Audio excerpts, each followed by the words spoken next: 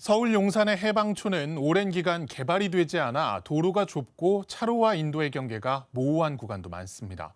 이 때문에 인근 학교를 다니는 학생들은 매일매일 아찔한 등굣길을 이용해야 하는데요. 최용은 기자와 자세한 이야기 나눠보겠습니다.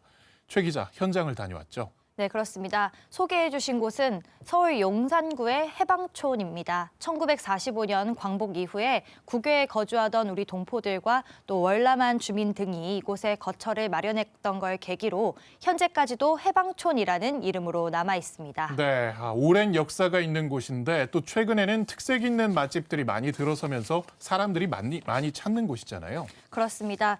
가보신 분들은 아시겠지만요. 이 길은 전체적으로 경사가 심하고 또 차 2대가 겨우 지나갈 수 있는 좁은 도로로 이어져 있는 곳인데요.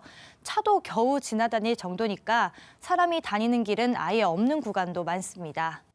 차가 너무 올라오고 내려가서 너무 길이 많이 위험해요. 가는 길도 좁고 불편해서 첫째는 많이 위험해요. 그래서 어린애들은 생각도 못할 것 같아요.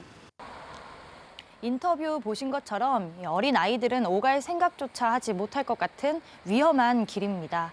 제가 직접 걸어보니까요. 차도 폭 자체가 좁아서 양방향에서 동시에 차량이 오면 접촉사고가 우려될 정도로 좁고요.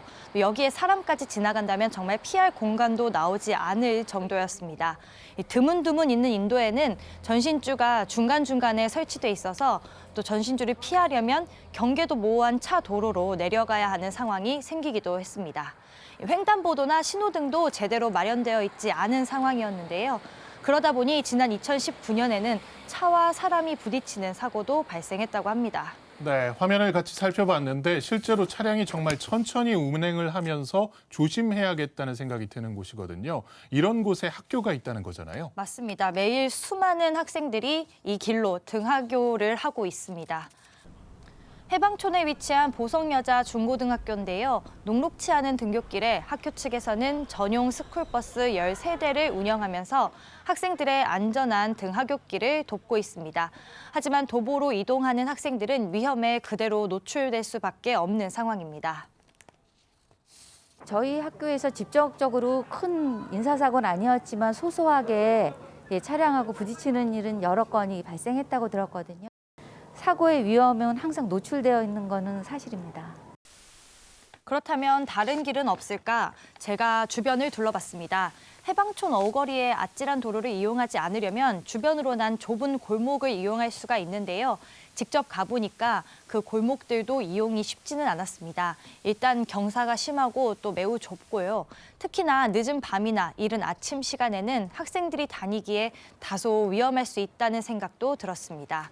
당연히 학교 선생님들과 학부모들도 걱정이 많을 것 같습니다. 이런 가운데 희소식이 들려왔습니다. 국민권익위원회와 관할 지자체인 용산구 그리고 한국전력공사, 도로교통공단 등에서 나선 겁니다. 이곳에 대한 구체적인 해결책을 함께 모색하기로 한 건데요. 지난 4일 국민권익위원회에서는 전문가 관계자들과 함께 현장 조사에 나섰습니다. 화면 보시겠습니다. 오랜 기간 문제가 되어오던 학교 앞 도로에 대해 해결 방안을 모색하는 자리가 마련됐습니다. 현장 조사 이후에 공사 계획을 세워서 도로 정비를 위한 공사에 착수할 것으로 보입니다. 일단 전신주를 뽑아서 최대한 인도 공간을 확보한다는 계획이고요. 또 경찰의 협조를 통해서 횡단보도나 신호등도 설치할 것으로 보입니다. 직접 들어보시죠. 앞으로 횡단보도를 설치를 하고 인도와 차도를 구분을 하고 그리고 전신주들을 지하화하는 이런 작업들이 진행될 예정입니다.